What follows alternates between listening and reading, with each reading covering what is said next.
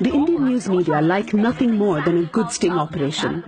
So it is ironic that in a country where entire news bulletins and TV shows are built around such undercover investigations, As times now, sting operation. Done sting operation. When it was the media that got caught on camera, almost none of India's mainstream outlets reported it. The Cobra Post sting targeted some of the country's biggest media groups: The Times of India, India Today, TV18, The Hindustan Times, and the footage produced was damning. You have to look neutral, as neutral as possible. You have the biggest names in the Indian media, from the biggest English group to most prominent news houses, with their very glittering offices, and everybody just falling over backwards to accommodate an advertiser who would have editorial command, who would sort of shape the narrative, as it were. I'm not trying to protect my hidden agenda. I'm keeping it very upfront. Please understand here, the story is not just about paid news. It is something beyond. They agreed to defame the political rivals of the client. They agreed to take compensation in cash. So if you are giving me a couple of rupees to talk positive about you, automatically my editorial is under pressure. Not to go deep negative.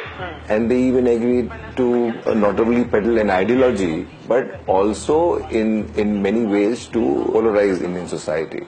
So in those terms, this is beyond paid news, this is criminal behavior. Unfortunately, it's not surprising. I've run a newspaper in India, and it was clear to me then that was happening. There are rumors about how you can get a package of editorials written on the topic the way you want it written for money.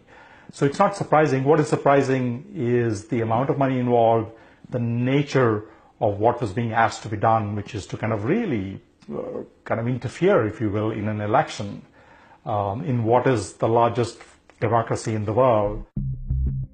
Cobra Post called its expose Operation 136. That number refers to India's ranking in the media watchdog Reporters Without Borders' 2017 World Press Freedom Index.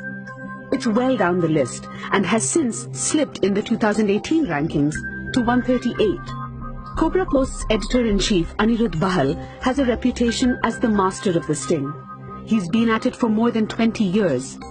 In 1997, he uncovered rampant match-fixing in Indian cricket. In 2000, he ran an investigation of Indian MPs, showing how they solicited bribes for defense contracts. In 2003, Bahal founded Cobra Post and has since overseen numerous undercover investigations. They have made him rather unpopular in certain circles. First thing, I do not believe in sting operations. As an editor and somebody who is a co-founder of a media company, I don't believe in sting operations except as a very last resort. And by that I mean when you have exhausted all the options, which includes giving the opposite party as many options to respond instead of just exposing them suddenly for all the world to see. That would be, to me, tantamount to like a policing operation or raiding somebody without giving them adequate space. Cobra Post is a small non-profit organization. It is easy game. Nobody comments when, say, big channels like even Aaj Tak. Aaj Tak over the last 2 years has done possibly 70, if not more, hidden camera stories.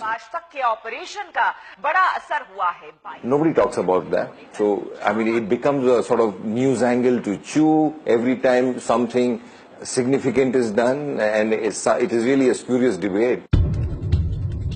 Cobra Post's undercover reporter Pushp Sharma approached his media targets with a detailed proposal and a fake persona. He presented himself as Acharya Atal, an activist straddling the line between politics and religion. At the heart of his proposal was a campaign to push Hindutva, the brand of Hindu nationalism for which India's ruling party, Prime Minister Narendra Modi's BJP, has become known. On the tape, he made it clear that he was pushing Hindutva to divide Indian voters. We can polarize or do some nasty kind of things. And that his campaign was timed to have an effect on the general elections coming up in 2019. So Hindutva is basically India for the Hindus, by the Hindus, of the Hindus. It can be compared to white nationalism and white supremacy. So this is Hindu supremacy. This entire exercise, this whole sting, is basically a way of showing you that the media is so eager.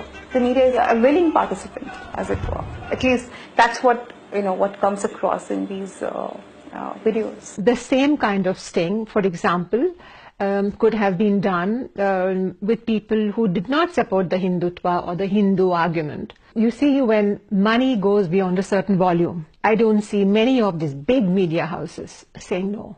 Had the same exercise been repeated, say with people who oppose the Hindutva, the results would have been pretty much the same. Operation 136 was met with silence from most of India's mainstream outlets. They hardly covered it.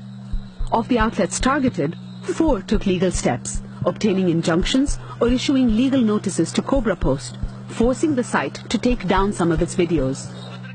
The India Today group, whose vice chairperson, Kalli Puri, was caught on camera, said the investigation was, quote, riddled with irresponsible and brazenly false statements designed to malign the company's reputation. India's largest media conglomerate, the Times Group, took a different tack. After its managing director Vineet Jain appeared on tape, the company announced the video had been doctored and that in fact the Times Group had been conducting its own reverse sting on Cobra Post when the undercover filming took place. The idea of a reverse sting is laughable simply because it's like being caught speeding by a police officer and telling him I was testing your cameras. So that makes no sense. It's a very poor defense of what was on tape. And other media companies have said the tapes are doctored, it doesn't show the full picture. But what it shows is quite damning. I'm not surprised that it has not received the kind of play that the conductors of the sting would have wished. A, given the antecedents of this journalist, and B, the way the whole thing was set up, i.e. only targeting a political view, I'm not surprised that it got the kind of play it did. The suspicion that Indian media outlets can be bought is not new. So for many, the Cobra Post sting simply confirmed what they had long suspected, and it did so at an already problematic time for Indian journalism. In the 4 years of the Narendra Modi government, polarization across the media has grown more extreme, the voices more shrill. The hounding of journalists by online mobs, When did the death threats start coming? self-censorship in newsrooms, the killings of journalists, especially in smaller cities away from the spotlight of Delhi and Mumbai. Most of the news about India's media has not been good. India's role in the pantheon of free press is continuing to fall. To give you an example, Afghanistan, where there's a lot of terrorism, there's war, and journalists actually being killed in acts of violence, is ranked 118, well ahead of India in press freedom. Here, there are media platforms promising to influence elections for you, and they are licensed companies, television companies and licensed newspapers. After the story, do you see them giving a public service? You don't. So that is the essential story about you are a public service. You are not being public service. In fact, your inclination to do criminal acts is evident for all to see.